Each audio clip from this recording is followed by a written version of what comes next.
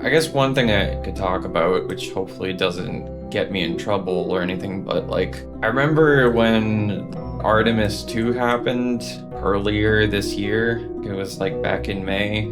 Like when the Artemis 2 mission happened, where they like sent actual like people past the moon to do like a flyby of the moon. When NASA did that, one of the observations they found was that they actually spotted like a meteorite impacting with the moon. And that was like pretty interesting because it was kind of unexpected. Like, obviously we know that the moon gets like hit with meteors all the time because like it's got craters all around the surface, like it's covered in craters. But it is kind of cool because we know that meteors hit the moon a lot because the moon is covered in craters, but we didn't. Okay, I can't like. Okay, whatever. I'm just forget about it.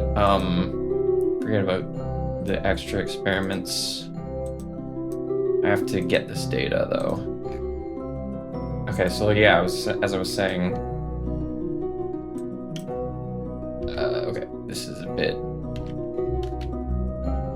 Quick save here.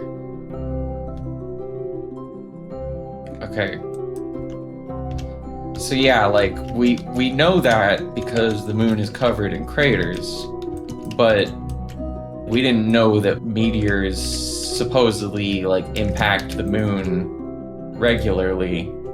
Because if astronauts actually saw like a meteor hitting the moon, like just during like a mission, the chances of that happening if meteors are only like impacting like, I don't know, like once every like 10 years or something, means that they probably actually impact the moon like, I don't know, maybe like every day or something.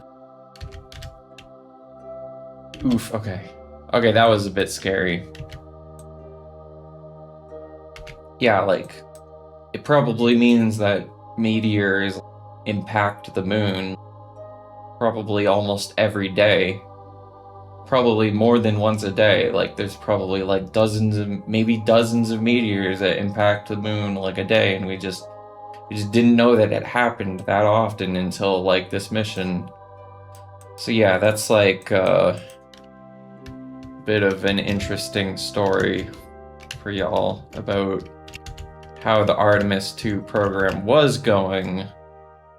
Things are not looking promising for Artemis 3, but hey, if it happens anyway, I'll be amazed. Another quick save. Let's just go back to Kerbin now, y'all.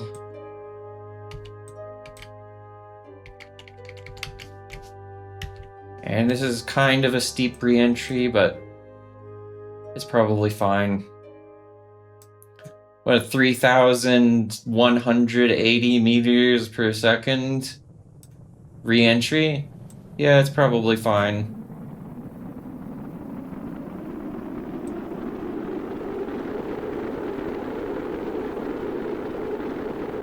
The G-forces here are going to be kind of ridiculous. Like, it's going to go into the red, most likely. Okay, it almost went into the red. Fortunately, it didn't. Okay, so that was a pretty decent re-entry. Like, it wasn't too scary. We're just gonna wait till we get to, like, 10,000 meters above, like, land, and then we're gonna deploy our chutes. Deploy them chutes. And then we're just gonna time warp again to speed this up. Because it's part of the mission, it's kind of slow. Okay, the heat shield exploded. That's fine. That's perfectly fine. Quick save. See if we can do an EV report here. We get full science from that. Let's see if we can collect a surface sample. Okay, we still can't do that. Whatever. In my personal playthrough, I didn't unlock surface sample collection till I already landed on the moon once. Alright, so how much science did we get? How much? 155 science. And this was probably mainly made possible by like us using a service bay. We're gonna check our missions here. I'd like to go on the moon and stay there in a nice stable orbit isn't personal, it's science. I don't know if I've gotten this one before. Because I think normally I don't know. I feel like in my personal playthrough, like I got like the flyby the moon contract, and then after that I got like a land on the moon contract.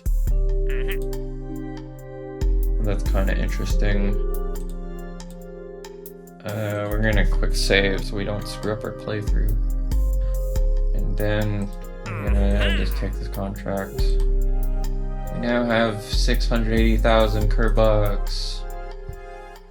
What can we do with them? Well, this is kind of silly. But basically, we have 201 science points, so we can actually unlock these as well as this bigger fuel tank. And this is like a good tech because we get like multiple different like fuel tanks. But do we already have like the medium decoupler? Is something I'm wondering. Yeah, I want to be able to get these, and like this at the same time because I think this is like the medium decoupler. I would want all those, but I don't have enough science points for that, so I don't know if I can do that. Yeah, that's a bit like problematic. Yeah, I don't know. It's late, folks, and I'm tired, and I still haven't made a logo for like my space program in this game, so I think I'll maybe just end this episode early and see if I can make like a space program logo like before I record the next one. So yeah, I'm just gonna leave it here. If you enjoyed this episode of the LP, please give it a like. And if you want to see more content from me in the future and be notified when it comes out, consider subscribing because it supports my channel and it encourages me to keep making videos. But yeah, have a great night, everyone. See y'all next time. Peace.